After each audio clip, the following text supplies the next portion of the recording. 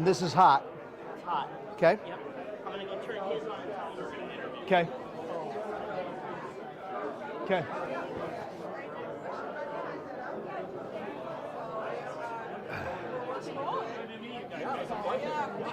Hey, Mark. Hello. Hey, Mark. How are you? Good to see you. I love this top. Thank you. Good to see you, Mike. Nice seeing you. Hey, Don. Right now. Mark, how are you, buddy? How are you, buddy? Good to see you. Good to see you. That's your mic? Yeah.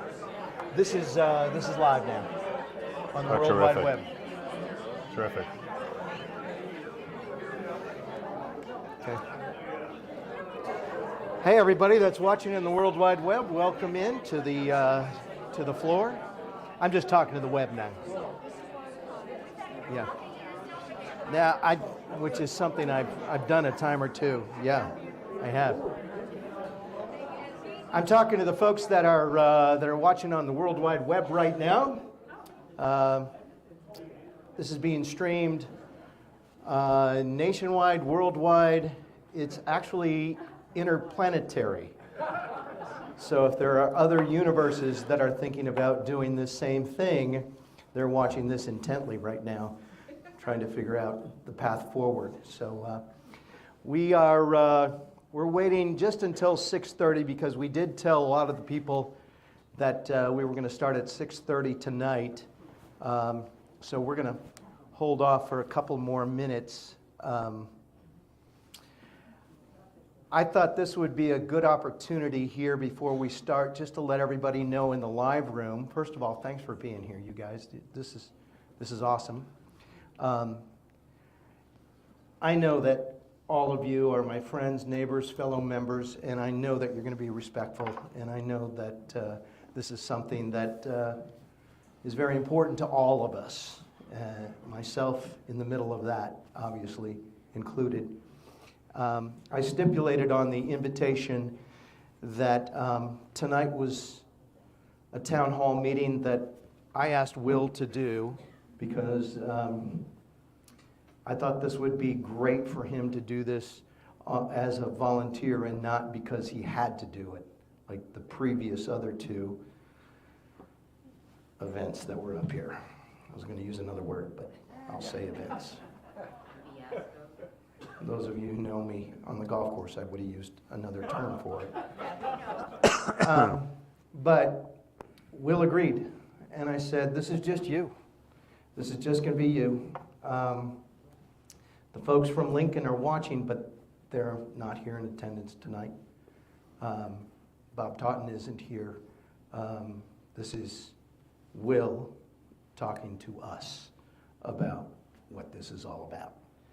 And I think that's important. And before we start, I just want to thank Jason and the staff here for doing this, putting this wedding venue together for this event.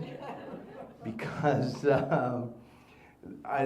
Jason really thought that after the second required public meeting that he had, that was the last time he was going to set up 200 chairs in the dining room upstairs, the banquet room upstairs.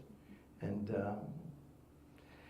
that Will said that there's a very good possibility that he will continue to do this. He really wants. This is unprecedented, I found out, in the world of development, that one of the main people involved in that is willing to bear everything and answer questions and concerns. And so I'm appreciative for Will for doing that. And I also have questions and concerns, as all of you do as well. And nothing barred tonight. But again, the questions that I have been submitted as requested online on my emails. And so I would just hope that you'd be respectful of those that did that and that did submit written questions in advance for that. I'm also going to be monitoring the chats. We've got almost 60 people watching online right now. Hi, everybody in Arizona, Southern California. Sons of bitches. You still didn't know they're here. I don't like them. Oh, yeah, it's still snow on the ground here. So I would just hope you'd be respectful of that. We do have 60 minutes, and we're about to start. We've got 60 minutes to do this, and it's going to be all we can do to get in everything that I have. But I promise that I will, at the end of all of the questions that I have that have been submitted by you guys and you guys watching and the chats that will happen, I promise that we'll open it up, if time allows, for you guys to ask anything that you feel that hasn't been asked or brought out at the very end. It'll be kind of rapid fire kind of thing, I'm sure. I've done a lot of these town hall meetings, mostly at city councils, and it's tough to get in the 9 or 10 questions that I have tonight. To get all that in an hour, that's a big ask, but that's what we're going to try to do. Okay, as we say in the TV business, we're live in 3, 2, 1. Good evening, everyone. Welcome to the Fireside Chat here at the River Club on the outskirts of Boise in Garden City. Seriously, I want to thank everyone for being here tonight in person and also watching online.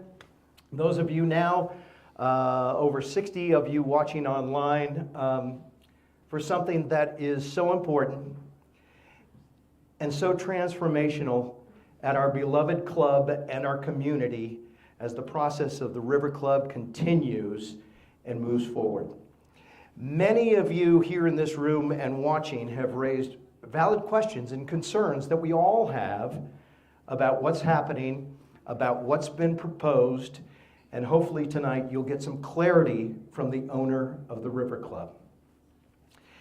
I mentioned this in the pre-show. As stipulated tonight, questions and concerns were to be submitted in advance, which I have put together in an attempt to get as many of those in the next hour as possible. And I know that all of you in attendance here and all of you watching online that have the ability to use that chat function will be respectful of those who did submit questions and allow me to get through as many as possible.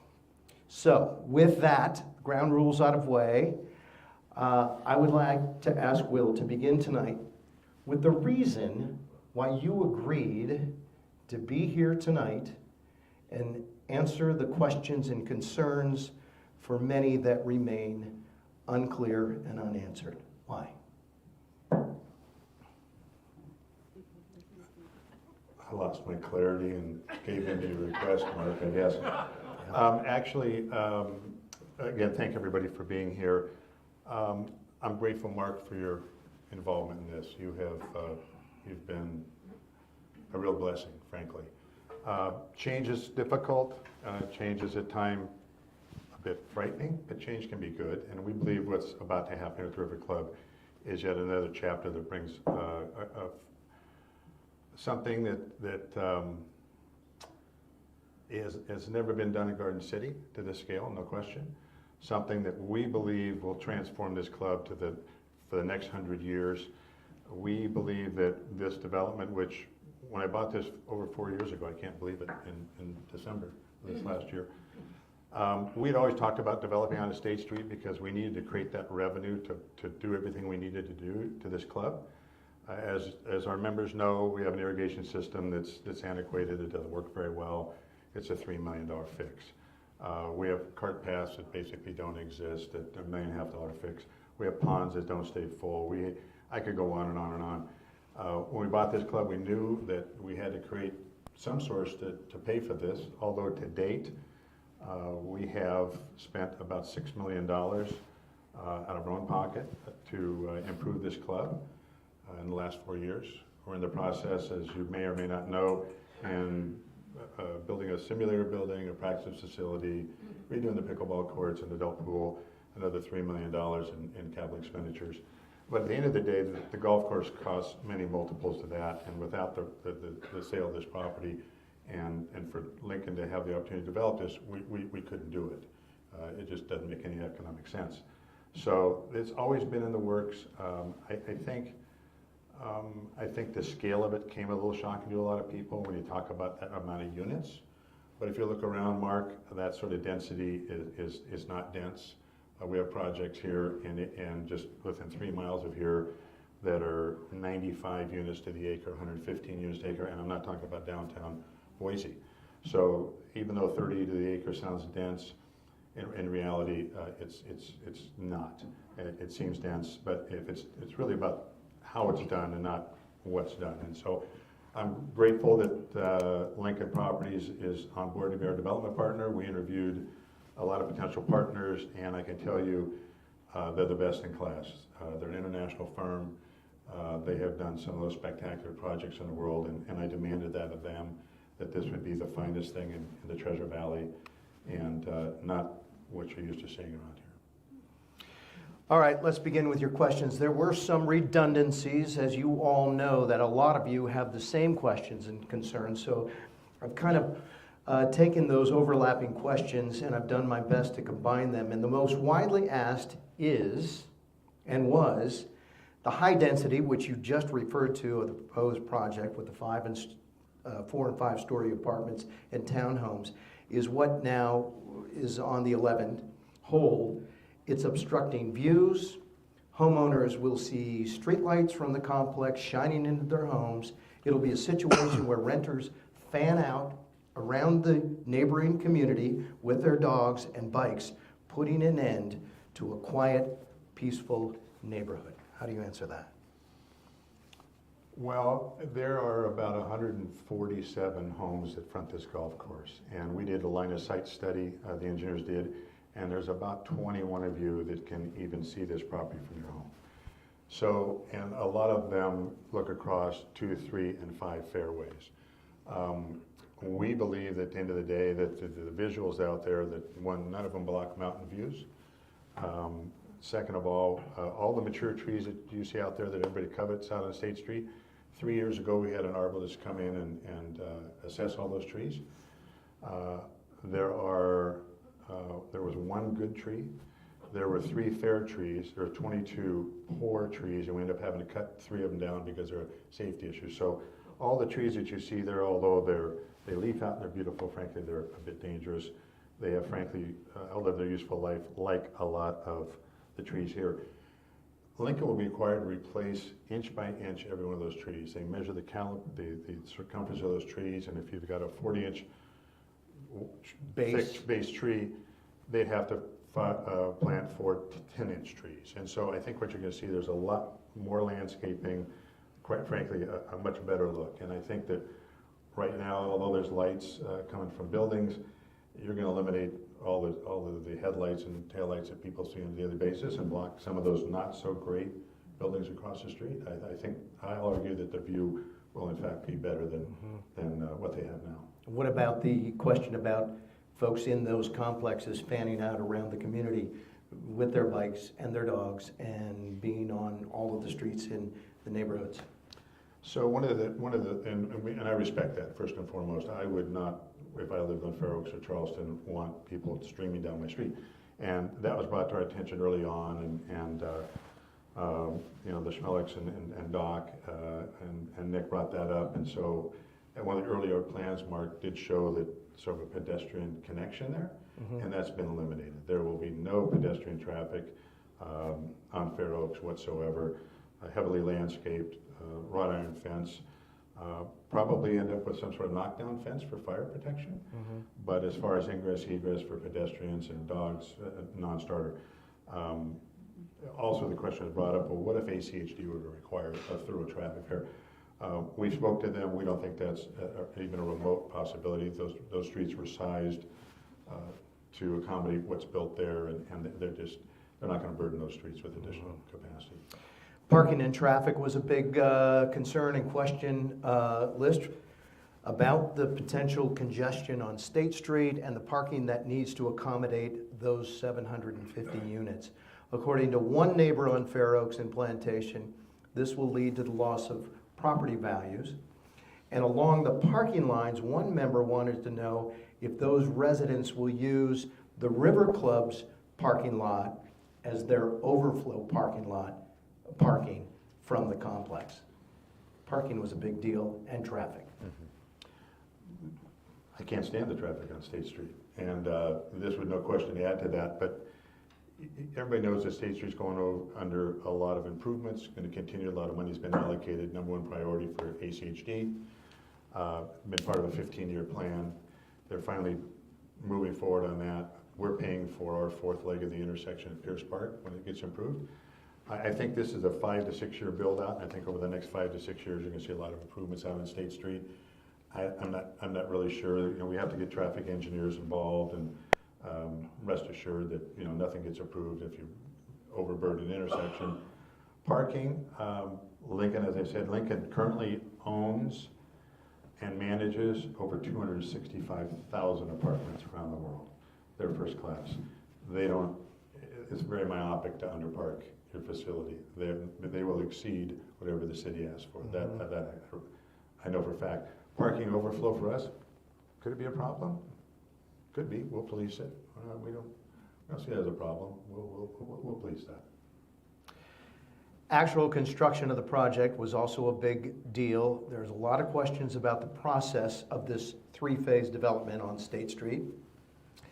Something that Lincoln has mentioned is likely to take as long as 6, possibly 7 years to build out. A lot of people want to know what the east portion of the project will look like. In other words, on 11. What will that look like when the other phases in the west, the 55 plus, and then the middle section, what will that look like in the years while those are being built? And along those lines, and this was another question, this project is being built in a FEMA floodplain. And in fact, those of us that live in Plantation, you know, because you have the insurance, we live in a floodplain. So how will the existing properties to the south and the east be protected from any water displaced by this massive project? And then I'll ask you the follow-up to that. So first of all, what will 11 look like while the other is being built, and then the floodplain? That's a great question, Mark. I don't think I have the answer to that. I'm guessing the city in a phase development like that will request that to be landscape maintained, irrigated, so you don't have dust. And, you know, I don't really know if the city will require them to do something. I'm convinced of that. Hit too many questions there, Mark. Yeah, I know, sorry. This is a lot, and there's no teleprompter. Phasing?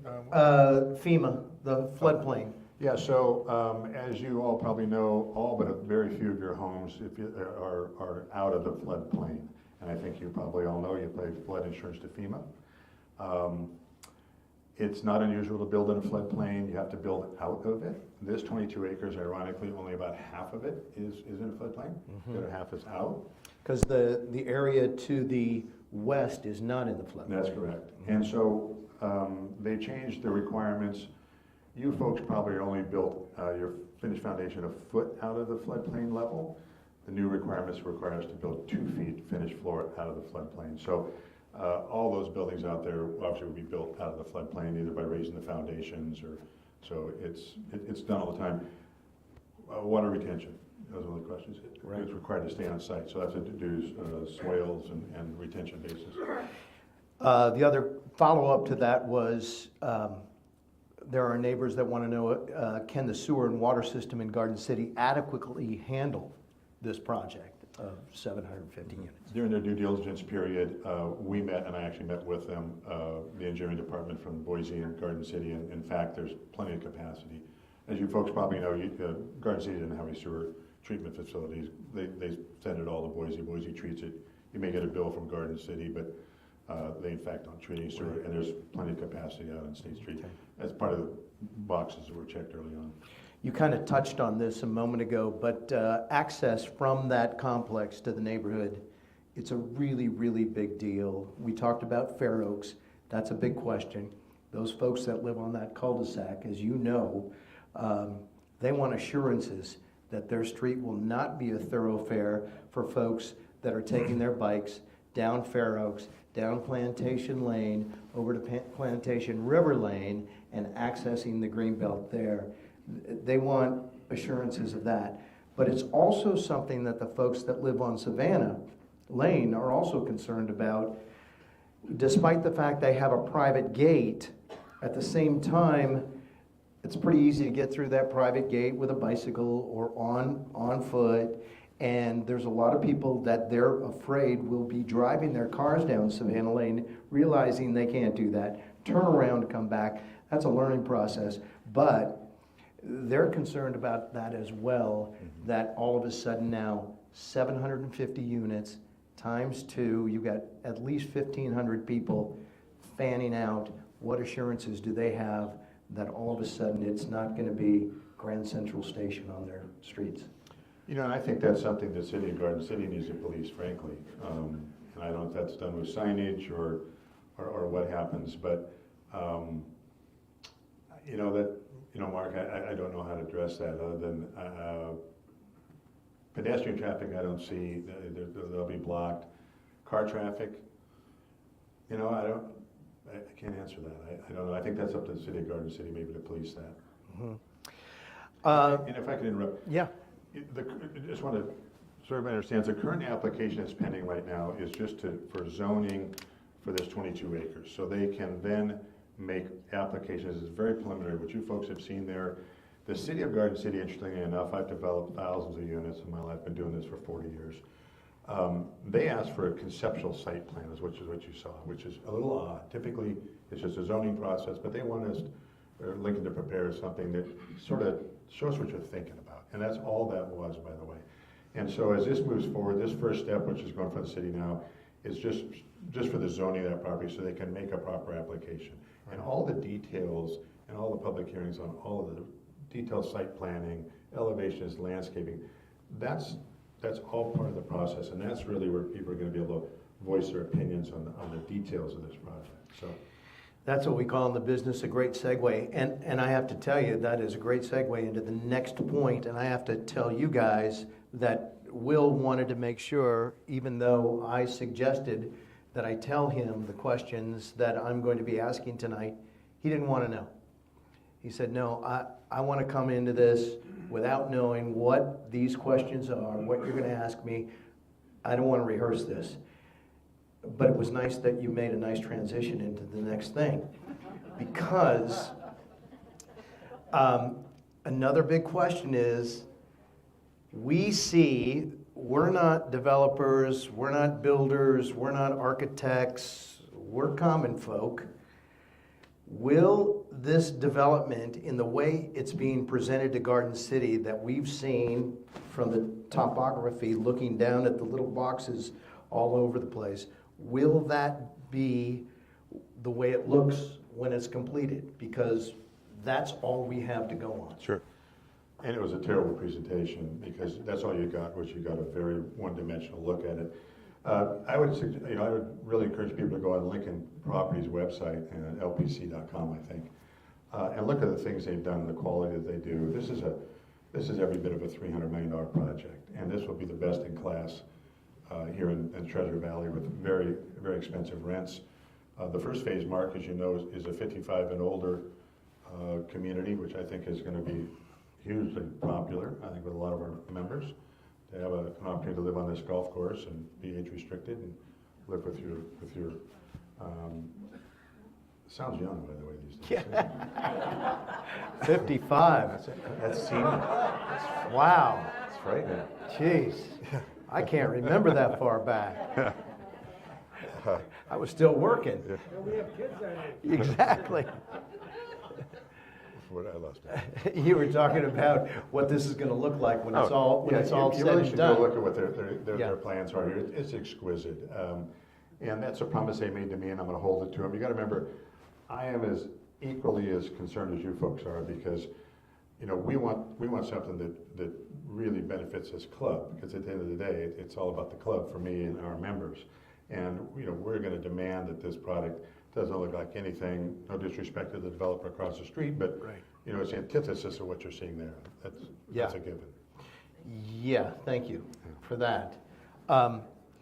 You know, and so much of this too, and the other question, a follow-up to that, is the whole commercial aspect. And, you know, Lincoln and you, everybody is talking about there's going to be this bound crossing-like vibe there. But we can't figure out what that means. Is that going to be a go-to point for folks that are in Eagle, that are in Garden City and Boise? Is that going to add to the, how big is that going to be? It's an entertainment center and a food place and a yoga studio and a dress shop. What's going on there? You know, at the end of the day, I can tell you Lincoln are leading edge guys, and they've been on the forefront of all this sort of stuff. So, you know, that's up to them. You know, I've seen, you know, this is more art than science, this development business. And I know my friend Larry Leader knows this better than anybody. It's a work in progress. And that's all going to pan out. And I think market demands are going to dictate what gets built there. But clearly they have to have some amenitized features. They just can't have all units. So. Right. The other big thing, and those of you in this room, just about all of you are wondering about the golf course and the future. One member asked, this is a tough one to ask, but I think this is valid. He said, quote, "You've said something to the effect that there will be a golf course here as long as you're alive." And the question he asked was, what assurances can you give that this will remain a golf course in the unlikely event of your passing? I'm just reading the questions, folks. Just reading the questions. Next question. Yeah, I should have asked to see those questions after all. Yeah. I have no idea. You know, every day is a gift, and I'm blessed to be here. And as you know, we spent the last 4 years here putting our heart and soul to this, and some of my dearest friends now are members here. It didn't start that way, including you, Mark. You know, we're passionate about this. This is the legacy for me, frankly. We have no intention of ever selling this, and you know, we've spent, like I said, we spent $6 million the last 4 years. American Golf, we went back and looked at the records. In the previous 10 years that they owned this, they put a total of $500,000 in capital improvements, $50,000 a year, and that's really to patch the roof and things. And we spent $6 million in the last 4 years. So, and just this last year, we spent $1 million redoing the kitchen, just finished the pro shop. Wouldn't do those things if this wasn't going to remain golf. We just moved the transformer. I think some of you saw that this week. Primarily to get out of the way of the new pro shop, but it was undersized to power all the additions we're going to do here. It was $100,000, and started out at 40, by the way. But Thanks. nothing we do about that. So I mean, we wouldn't continue to spend those sort of improvements if this wasn't going to remain golf. Yeah. It'd be foolish. No one would do that. A follow-up to that is, it would be a spectacular community club for a future 600 home development. And having a community club in the middle of a 600 home development would be very, very, very attractive to a developer. Yeah, I've heard that from day one, that I'm just doing this because this is ultimately going to be the amenitized feature for a big subdivision. One, it's in the wrong spot. If you're going to do that, you'd put it out at the terminus of what will be Plantation River Drive. Right. You wouldn't put it here. This is way too valuable. It's way too much real estate. You know, we're putting in another 4 pickleball courts. You know, you have way too much of everything here, and it's silly, and it's just in the wrong spot. And frankly, if I was going to sell this, you know, we just went through the hottest real estate market in the last 4 years, and probably Idaho's history. We were approached by every public home builder in the country to sell this. And we said no, at frankly, a very large profit, because we think at the end of the day, we can realize those same returns by doing exactly what we're doing here. And it would have been easier to sell it then. And this property, really frankly, if it was going to be subdivided, probably doesn't need an amenitized feature. This location on the river, this close to downtown, probably don't need any amenities to sell real estate. So. This question, a couple of times I saw, does your contract with Lincoln Property Company require that it remain an 18-hole golf course? Does not. Does not. They bought it based on that and the goodwill of our relationship. I can't imagine not doing that. As you probably know, we have 3 very expensive waterfront lots that we're going to be developing. The plan shows right now 9 or 10 lots over where 4 is that floods now, that I'm personally developing. Those are all golf course frontage lots.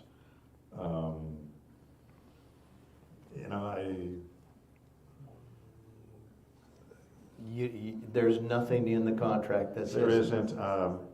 Lincoln Property's got 3 floors full of lawyers, and that's the last guys I'd want to see if I took this golf course out. Follow up on that.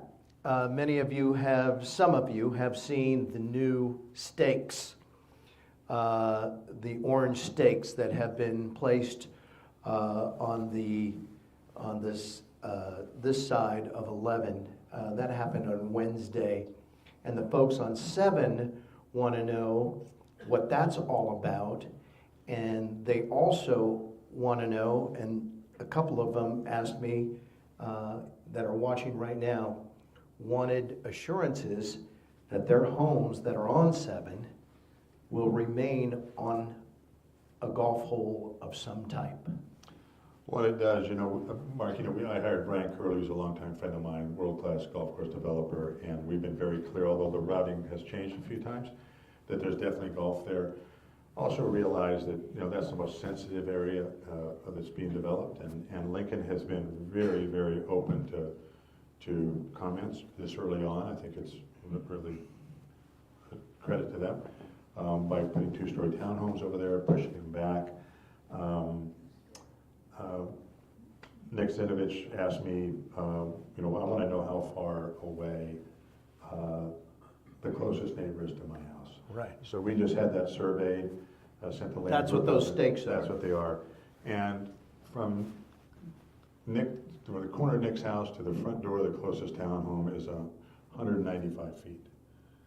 The Rodwalls and the Ackmans, if you guys look at each other across 13. Yeah, so Lou Williams, Radabaz, and across to Aikman's house on 13, how far is that? 141 feet. So the closest house to Nick is 50 feet farther than that exists.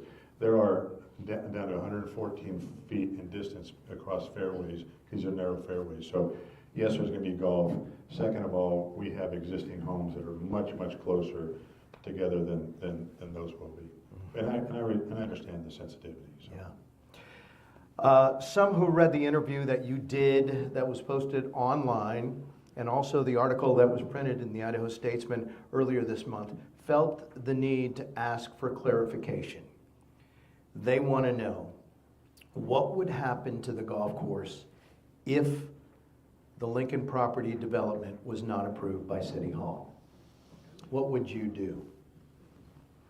Well, it's unimaginable, because I think with some wisdom and some cooperation that it will get approved. It would be incredibly myopic for it not to be, because that was always our plan. We were very clear from the beginning. My contract with them requires that if in fact they don't move forward, they're barred from moving forward, I have to give them all their money back. And by doing that and the cost of redoing this golf course, Mark, it doesn't work.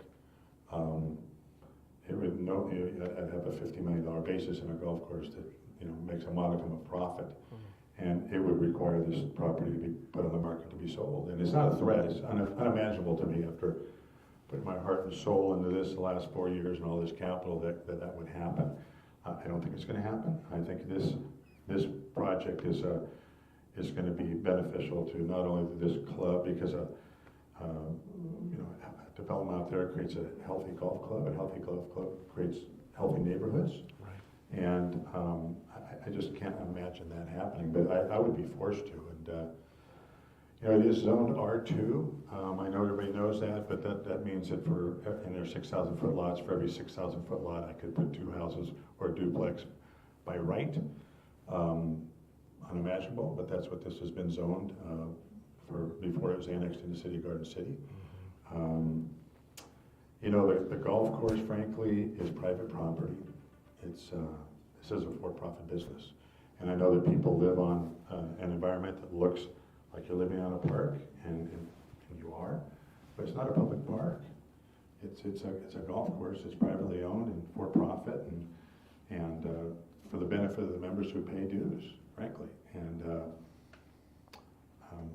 we hope it remains that forever. And I can't imagine it won't. But if for something happened and for some reason this got litigious and got out of control, for some reason this city didn't see the wisdom in it, we unfortunately have to pack our bags. This is a good question that those of us who are members want to know. When would the remodel of the golf course begin if it is approved, if the 22.5 acres is approved, the project? How long will it take?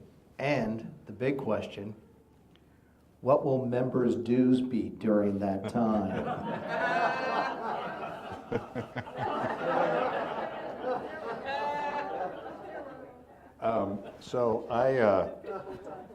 Timing's everything in life. So, if everything goes as planned, I think, personally, I don't see it happening. I think we're definitely going to get in 23 golf season. I think we get in 24 pretty easily. And I think after that's a question mark. And it all triggers off of the improvement of Pierce Park and the intersection there. And by the way, those who follow ACHD's budgets and stuff, right now they've got it slated for 2026. We have already entered into a private partnership agreement, a cooperative agreement, that we will go ahead and do the improvements. We don't really care when their budget comes up. The drawings are 99% complete. We'll go ahead and do the work, and then ACHD will reimburse us. So we'll start when we're ready to start. We don't have to wait for ACHD. Again, I think I think 2 years from now would be lucky. It could be earlier. I know Lincoln wants to get moving, but they're also sensitive to our golf season here. So I think we'll get 2 more golf seasons in before that gets to this disruption starts. We thought long and hard about what this looks like for our members, which is one of the reasons why we're putting a simulator building in and a practice facility and redoing the pickleball courts, so our members can stay engaged and continue to use this club, but sans the golf. Right. So that's the whole idea of doing that, keep our members engaged. And dues-wise, Jason and I have discussed it, and Carly, a lot. Probably drop them down to like a pool and fitness level or something that would be commensurate with what's something that's fair. Right. And we need some income, but something that's commensurate with Sure. with what you're going to have. The other question along those lines was they wanted to know if there would be any reciprocal opportunity at any of the other local clubs and golf courses. We're going to reach out to them, and I think if I can't imagine they wouldn't. I think they'd love to see our members there. We have great members here, Mark. We have the greatest membership imaginable. They love to steal our members, but that's not going to happen. Who wants to be a member of Hillcrest? I mean, come on. When you can be a member. Nobody from Hillcrest watching just- online right now, yeah. I'm sure. So yeah, we hope to do that. I mean, and unfortunately, we're going to build this as quickly as we can. Brian Curley, who's under construction in 14 golf courses right now in Asia, Sweden, Russia, Dubai, Saudi Arabia. He thinks this is built within one golf season. We'll lose one golf season, so not too bad. You just said we'll lose one golf season in a state and a region where the growing season is 8 months? 8 months long? Do you really think that's possible? You know, I've talked to Brian about it. He's built in northern Montana. I mean, he's built all over.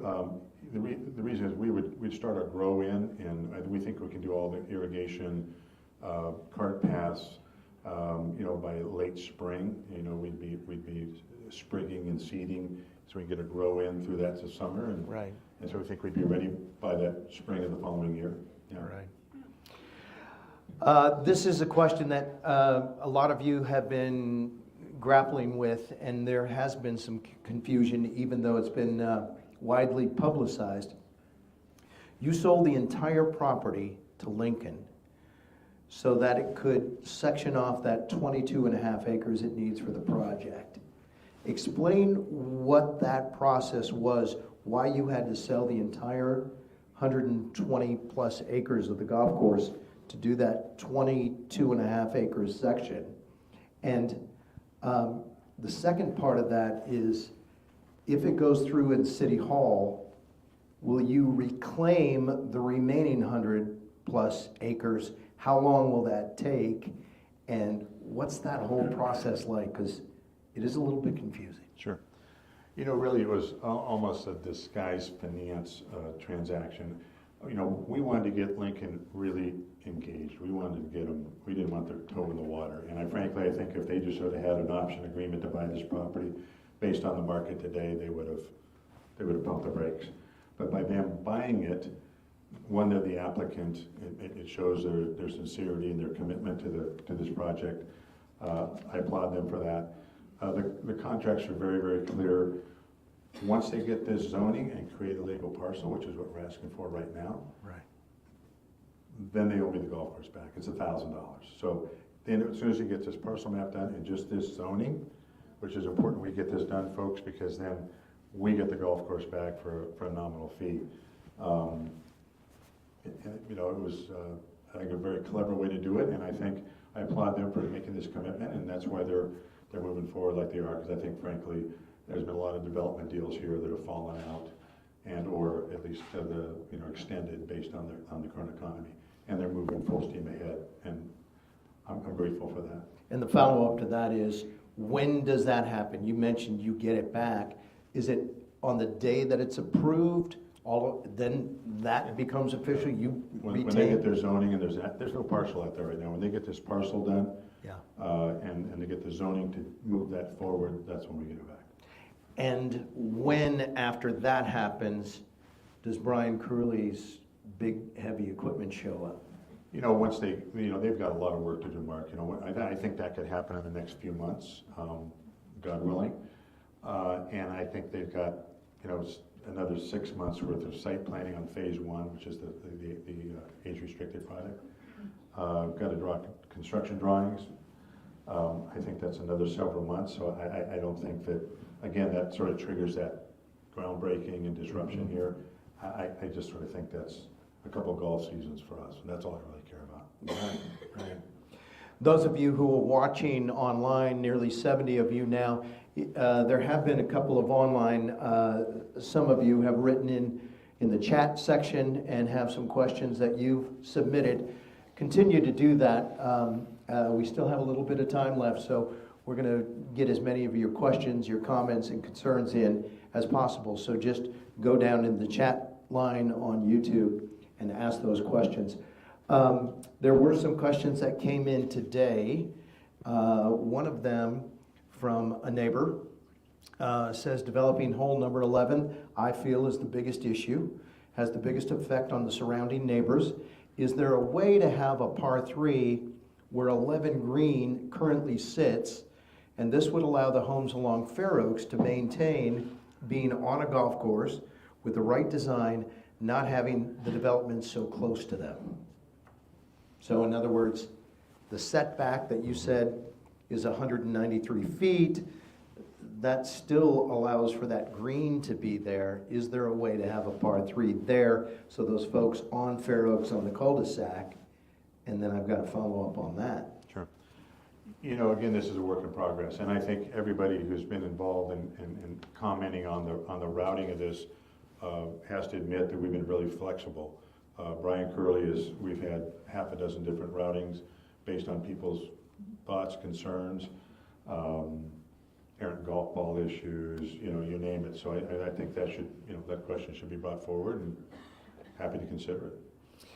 Along those lines, the follow-up, and this has been suggested, why not sell that plat at the end of the cul-de-sac next to the outhouse?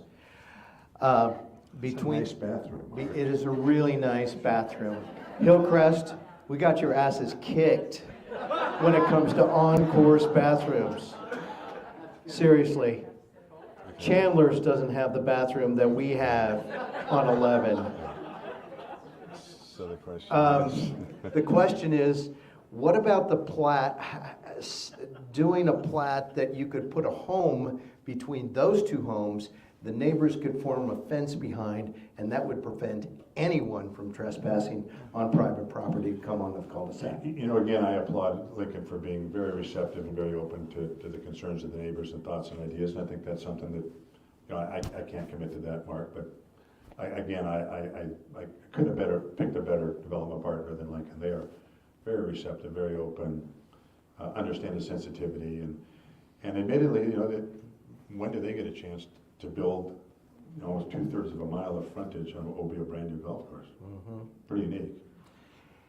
The other thing is the golf course tied to that project? Is that the reason why Lincoln felt this was so appealing for them to build this project, was because it was on a country club next to the Boise River? And how much of a commitment have you given to them that this high-level apartment complex that could demand the highest rental rates in the entire region of any apartment complex, how many assurances have you given them that those folks that are signing those 2- and 5-year leases are always going to be on a golf course? Again, there's nothing in writing, there's no commitment, there's no contingency, but, they pay a lot of money to be on a golf course, and I wouldn't want to face that challenge legally. There isn't anything in writing. I think they believe that this is going to remain a golf course, and it will. I think they'd be the first ones to step up to buy it. They got all the capital in the world. I mean, I think they're not worried about it. I don't think they're very concerned about it. We're getting some online questions, and one of them from a neighbor on Fair Oaks who asks, could Ada County require car access through Fair Oaks? And if they did, would or could you have any power to change that plan to stop that from happening? They're concerned about you and Lincoln saying there will be no access to Fair Oaks. They're concerned about the government stepping in.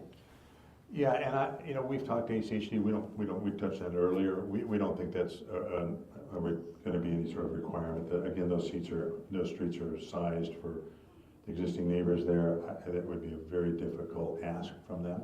I think they'd meet a lot of opposition and litigation. And, I don't see it. I don't think they're interested in that fight. This question just came in, and the question is about the new $3 million project that you're undertaking right now that includes the simulator, the hitting range, the adult pool, other things. Wondering if that ends, if that project ends, if the project out on State Street doesn't happen. Oh, yeah, absolutely.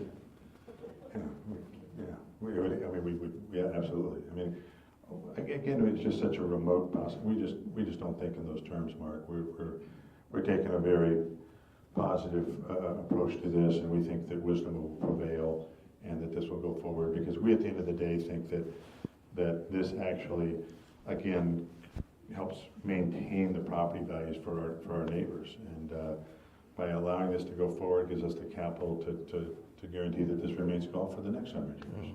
Yeah. I want to open it up to the floor, and I really appreciate you guys being so civil and so mature and such great neighbors tonight and friends, really, because this is the way meetings should happen when it comes to a discussion about something this big that's going to affect all of our lives. So, Yeah. Bob, you've got something. Here, let Taking me- the golf course out on the island, is that dead? Ask that again, Bob. Taking the golf course out on the island, is that dead? Bob, it is. We thought it was a great idea. We spent a lot of time and money, and frankly, despite what you might have, some of the stuff you read online, we're gaining great support. We had the state on we had Fish and Game. We were going to mitigate a lot of stuff. We thought it was a great idea. Then this really did become the River Club, and unfortunately, sort of midstream, FEMA adopted some new maps that affected this area. And we were able to build out of the high water mark there, everything that Brian was doing. We built the tee boxes and the greens and the fairways out of a high water mark. And so you might have some washout in a big storm. But the golf would remain in great shape, and gosh, it would have been fantastic.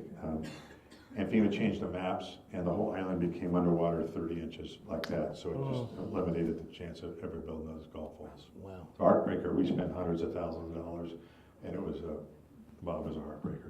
It had been a game changer for this golf Oh, course. that's terrific. It had been terrific. Pat's got something here. Let me grab the mic. Have you ever used a mic before? No.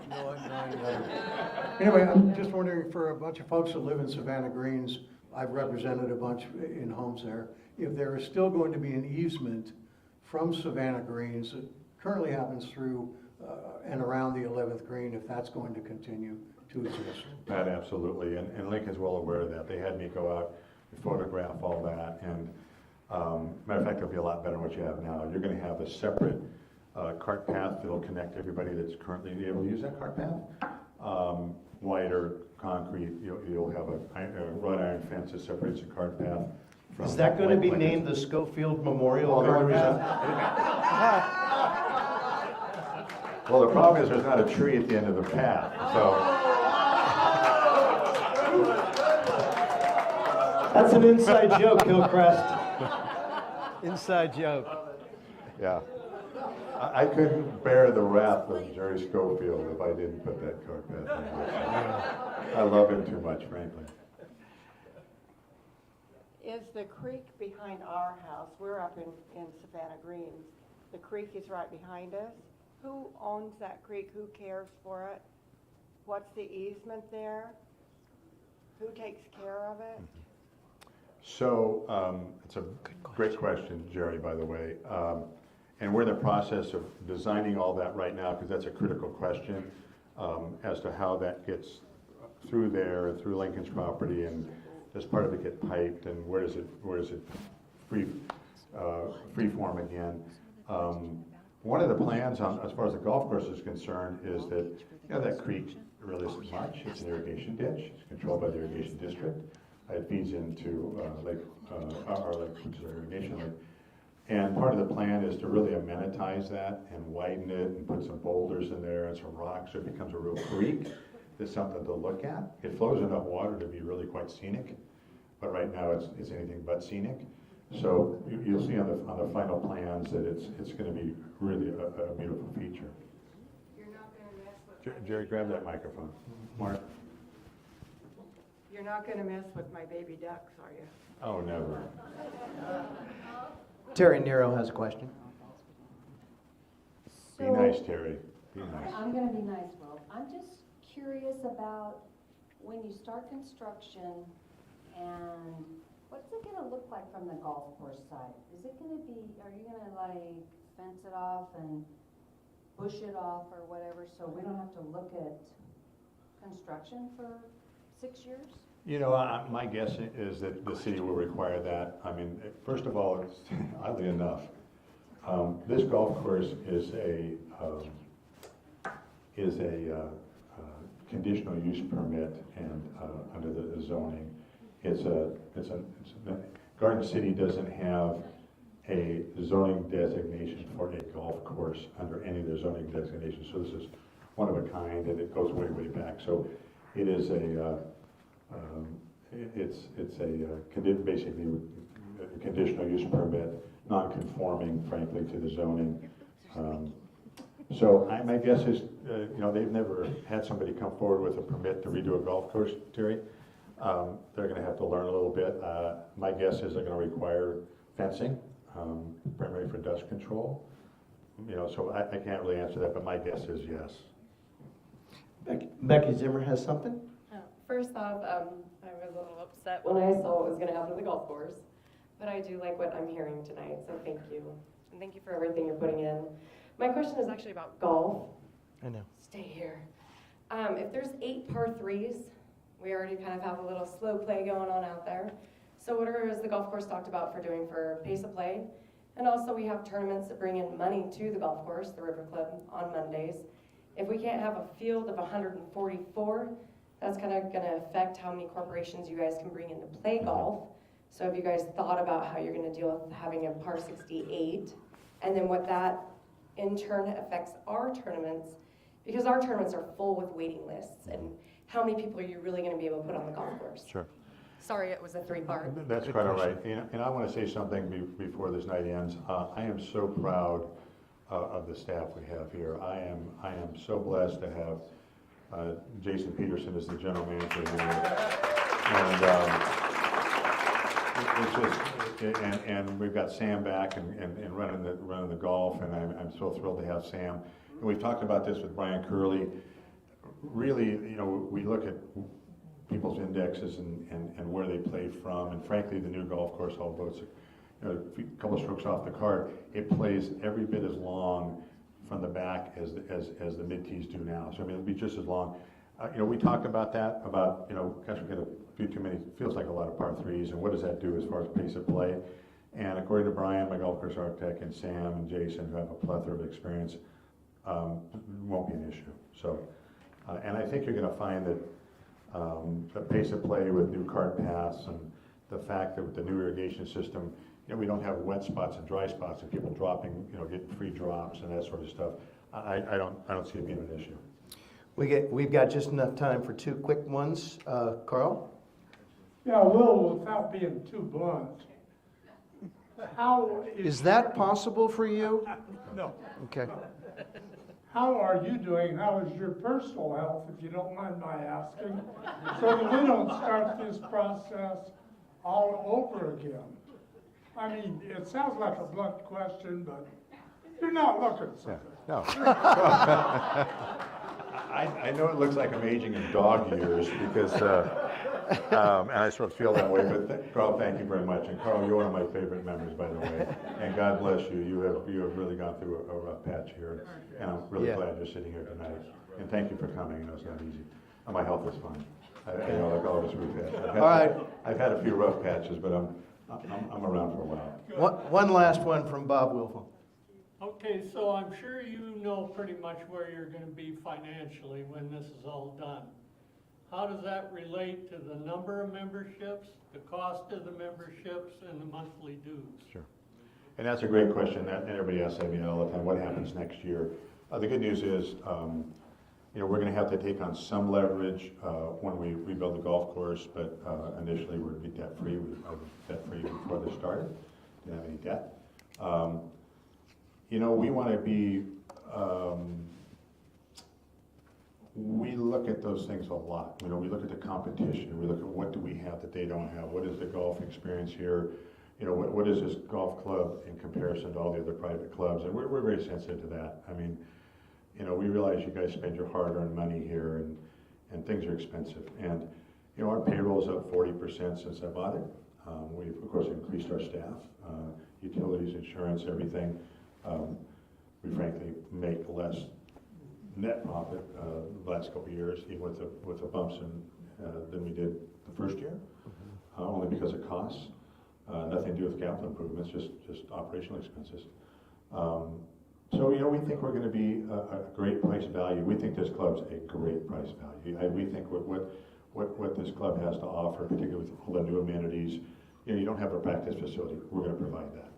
Right, we're going to have a great simulator building, for next winter, adding more pickleball courts, a covered pickleball court with bleachers and sort of a home court sort of thing, and an adult pool, because as you guys know, our pool gets incredibly crowded in the summer, and we're going to get some of the adults out of that pool, and we think that's going to be amazing. So, we'll keep it. Listen, I came from humble backgrounds. My parents could never belong to any sort of club, and I'm sensitive to that. And I'm grateful for the members here. I'm grateful for. I realize things are expensive, and we're not here we're trying to be, a market. Thank you for applauding for Jason, by the way. I consider Jason a partner and not an employee. We are so lucky to have him here at the helm. But I have to tell you, Mark, as you guys know, we have employees here. That's why I couldn't ever close this golf course. I have fallen in love with these people, their family. We have, Tony Binder's been here 38 years. Miro, who keeps this golf course irrigated, has been here 25 years. Kerry, who keeps the bills paid, 27 years. I mean, it's just, this is like no place I've ever experienced. So, we hope that we're confident that this is going to work its way through with everybody's cooperation. You're going to have lots and lots of time to comment on the real details of this development. Not this early stage stuff is almost, it's just preliminary to allow them to go to the next stage, but there's a very, very detailed process with lots of public input, so you can have a lot of opportunity to opine going forward. And what you saw in those last couple of meetings was not representative of what this is going to look like at all. And again, I appreciate you guys being here and being such great neighbors and fellow members. I think we've covered as much as possible in the hour. And I know you have more to ask and more to talk about and more concerns. So I would ask you to continue keeping those comments coming, because I do read the plantation outreach site that I have set up. And so keep sending that to the Plantation Community Outreach, plantationcommunityoutreach@gmail.com. And I promise you, every single week when I meet with Lincoln and when I talk to Will, I raise those concerns and those questions that you have. So I promise you that your voice is being heard. So I would urge you to continue to do that, because in my time working as a liaison and being part of those meetings with Lincoln, they really do want to hear from you. They really want to make this a project that we can all be proud of, that we can also all say, hey, we live at Plantation, and people will say, oh, that's where that really cool residence at Plantation at the River Club is. And I would just ask you to continue doing that. Will, in closing, I hear from neighbors and members here what assurances, and you've kind of touched on this, but I'd like to leave with this, with you just briefly underline what assurances you can give us. One homeowner asked if your commitment is 2 years, 5 years, 10 years, 20 years. What assurances can you leave us tonight that is being recorded, being shown around the universe, that we can use later on, if need be? What assurances can you give us that we are in a golf course in perpetuity? Yeah, and we've been asked, could you do some sort of covenant or restriction? And of course we can't do that. I mean, I can't finance something that's got some sort of blight on title that restricts, because suddenly now a lender, difficult to get golf course loans anyway. There's been some, it's difficult. And without the underlying land as collateral, you couldn't possibly finance it. So that's a non-starter. I just think, Mark, our continued commitment on a daily basis is last week we spent $100,000 moving the Doggone transformer to power all the new improvements. Thanks, Idaho Power. Yeah, thank you, Idaho Power. It wasn't just them, but our capital commitment to date is just pretty outrageous, and we wouldn't have spent anything. We would have just run it like American Golf, frankly, and milked it. and just waited for the appropriate time, which that appropriate time would have been 3 years ago. If we were gonna sell this, Mark, this would have already been sold, so. And I'm, you know, I'm grateful that, I had the opportunity to buy this, before they listed it with Colliers. I happen to know the broker from Los Angeles, a friend of mine, and ironically called me and knew that there had some history up here with me in this golf course. And one day called me and said, how would you like to buy the Plantation Country Club in Boise, Idaho? And I thought, why would you ask me that? He's an office leasing broker. I don't even know how I got the listing, but nepotism, I'm sure. But and I said, yep, I'm going to have to look at it and I'll buy it. So I felt like it was almost divine that it happened without sending too lot, and I believe that. And other than, you know, opening our wallet on a daily basis around here and committing to what we've already done and what we're going to committing to the future, I think is a better guarantee than because a failed golf course with some sort of open space designation would get you just that, weeds and rodents, and that's not what anybody wants. So. All right. Thank you for your time, Nick. We really appreciate it.